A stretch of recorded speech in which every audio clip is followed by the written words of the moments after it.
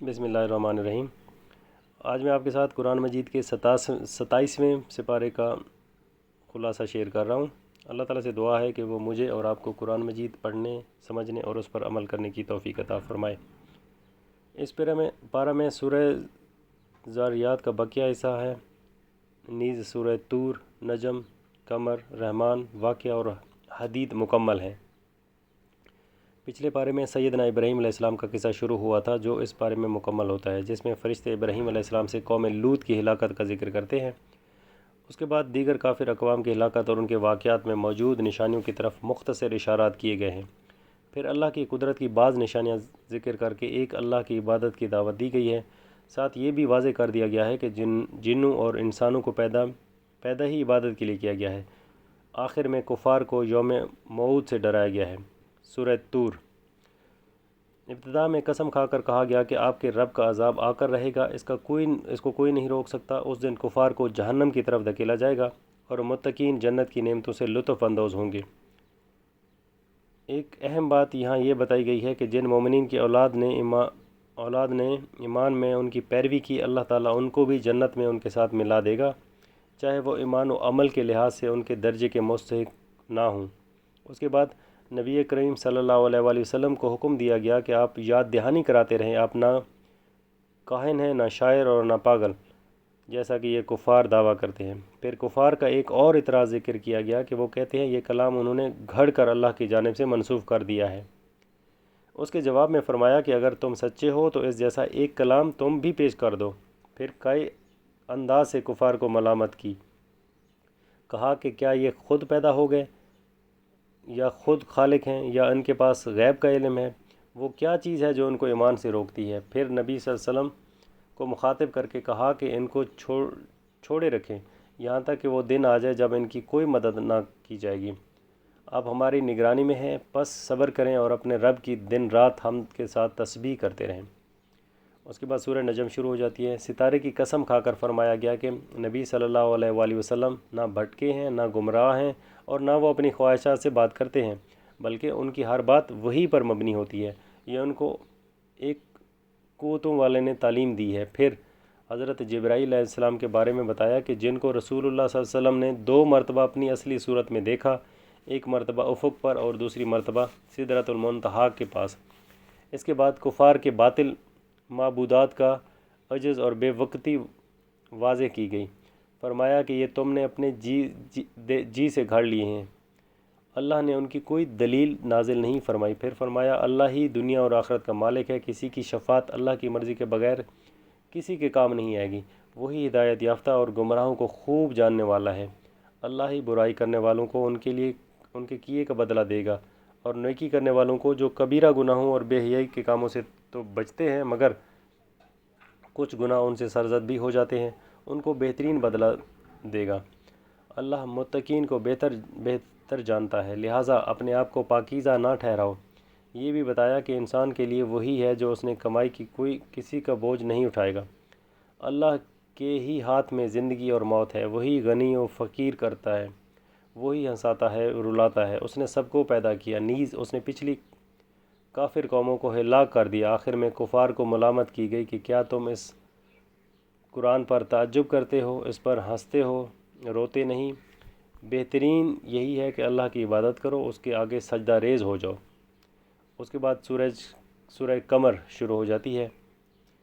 قرب قیامت کے ذکر اور معجزہ شق القمر سے سورہ کا آغاز ہوا۔ فرمایا کہ ان کو جو بھی آیت دکھائی جائے یہ اس کو جادو قرار دیتے ہیں، یہ جھوٹ بولتے ہیں اور اپنی خواہشات نفس کی پیروی کرتے ہیں۔ ان کو ماضی کی خبریں پہنچ چکی ہیں جن میں سامان عبرت موجود ہے، لیکن ان کے حق میں کچھ فائدہ نہیں دے رہے۔ بس آپ ان سے اعراض کریں اور اس دن کا انتظار کریں جب یہ قبروں سے نکالے جائیں گے اور کہیں گے یہ تو بہت سخت دن ہے۔ اس کے بعد مختصراً پچھلی قوموں کے انجام کا ذکر کیا گیا۔ بتایا گیا کہ اللہ نے ان سے پہلے قوم نوح، قوم عاد، قوم ثمود، قوم لوط اور آل فرعون کو ہلاک کیا۔ ان کے انجام میں عبرت اور نشانیاں ہیں۔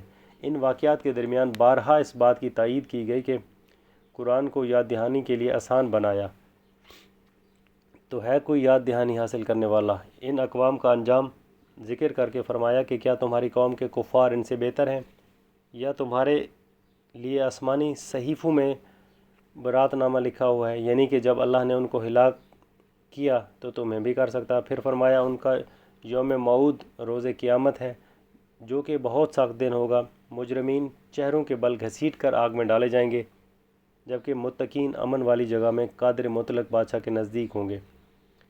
اس کے بعد سورہ رحمان شروع ہو جاتی ہے۔ رحمان کے ذکر سے سورت کی ابتدا ہوتی ہے۔ فرمایا کہ رحمان نے قرآن سکھایا، اس نے انسان کو پیدا کیا، اس کو بولنے کی قوت عطا فرمائی۔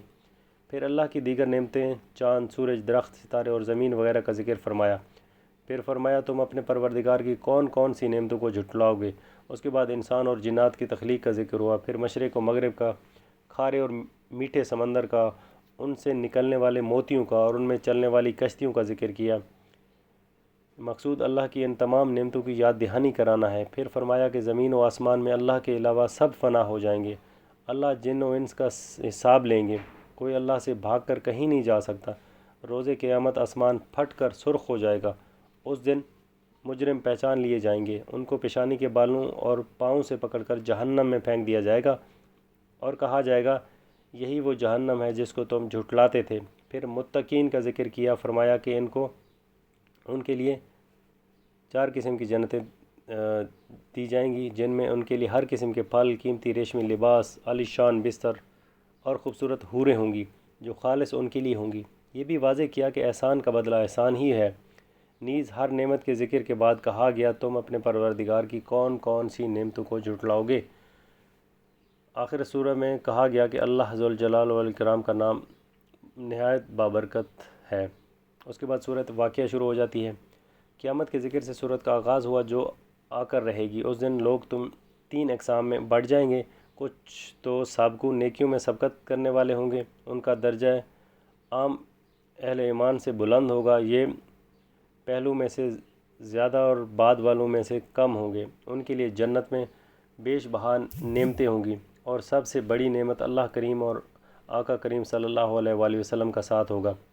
پھر اصحاب الیمین ہوں گے، ان کی تعداد پچھلوں سے بھی زیادہ ہوگی، اور بعد والوں میں سے بھی جنت کی نعمتوں میں سے متمتع ہوں گے، لیکن ان کا درجہ بہرحال سابقین سے کم ہوگا۔ تیسرا گروہ اصحاب الشمال کا ہوگا، جن کا ٹھکانہ جہنم ہوگا، جس میں ان کو شدید عذاب دیا جائے گا۔ اس کی وجہ ان کے دنیا میں کیے گئے اعمال ہیں، جن میں سر فہرست قیامت کی تکذیب ہے۔ پھر اللہ کی قدرت کے بعض مظاہر کا تذکرہ فرمایا۔ اس نے تمہیں پیدا کیا، اس نے تمہیں زمین سے سبزہ اگایا، پانی نازل فرمایا جو تم پیتے ہو، آگ کا درخت پیدا کیا جیسے تم آگ جلاتے ہو، اگر وہ چاہے تو یہ نعمتیں تم سے چھین لے، کوئی اور یہ سب نہیں دے سکتا۔ پھر قسم کھا کر فرمایا کہ یہ رب العالمین کا نازل کردہ قرآن کریم ہے، جس کو پاکیزہ فرشتوں کے علاوہ کوئی نہیں چھو سکتا۔ کیا تم اس کتاب سے اغماس برتتے ہو، اس کی تکذیب کرتے ہو؟ اگر تم سمجھتے ہو کہ تم آزاد ہو تو روح جب نکل رہی ہو تو اس کو واپس کیوں نہیں لے آتے؟ آخر سورہ میں پھر اختصار کے ساتھ تینوں گروہوں کا تذکرہ ہوا، پھر تسبیح کے حکم پر سورہ اختتام پذیر ہوئی۔ اس کے بعد سورہ حدید شروع ہو جاتی ہے۔